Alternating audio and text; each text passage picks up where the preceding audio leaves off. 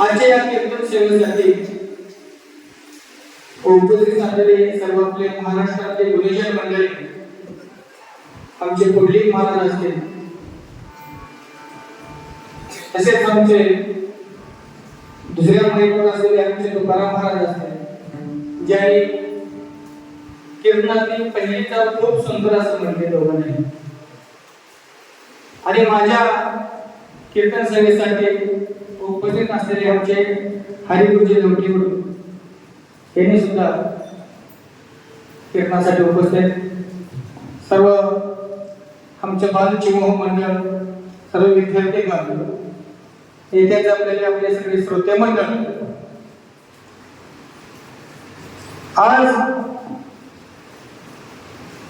काय बोलावं आणि काय काय बोलू नये, बाबा जसं बोलणी देतील तसं मी बोलण्याचा प्रयत्न करणार आहे. माझ्यापाशी काय नाही ते गावात फोक आहे, जसं बाबा देतील तसं मी प्रयत्न करेन.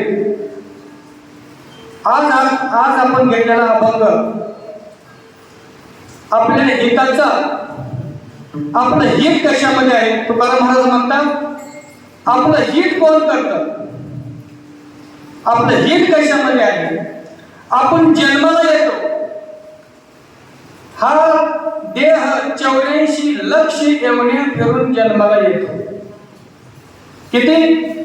84 लक्ष येवण्या फिरून, एक येवणी कोटी कोटी फेरा मग लागेवारा मानवाचा.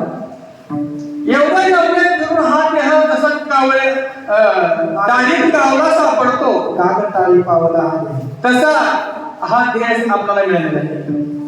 पण या देहाचा उद्धार कसा होतो, हित कसं होतं आणि हित गुणांमुळे होतं, या अभंगात तुकाराम महाराज सांगतात.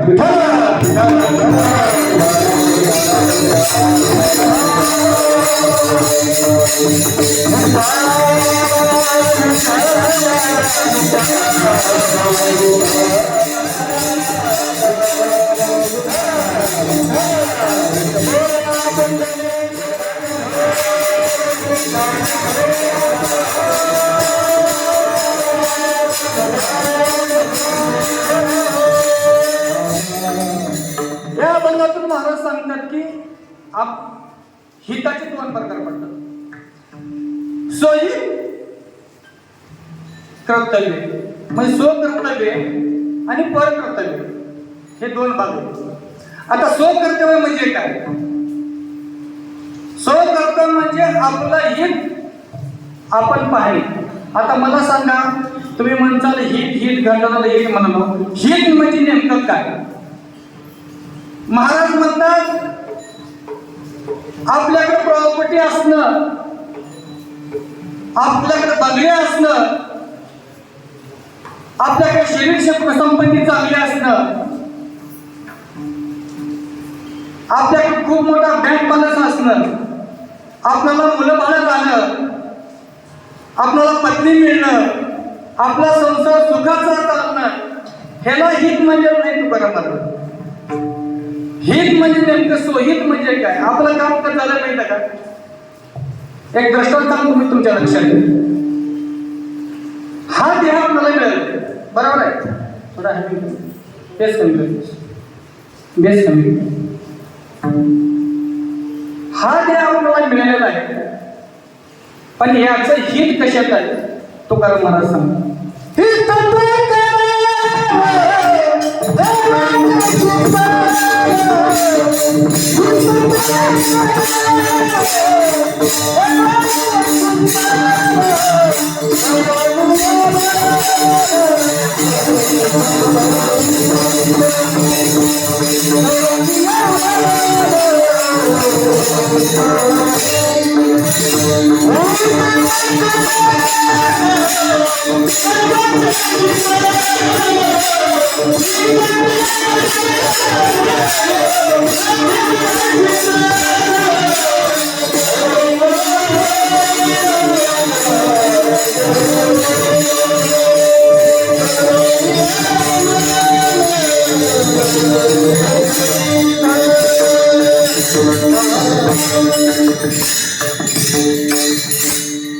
हित ते करावे देवाचे चिंतन करून या मन एक कवी.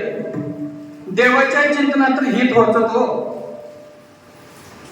पण महाराज म्हणतात या देहाला आल्यानंतर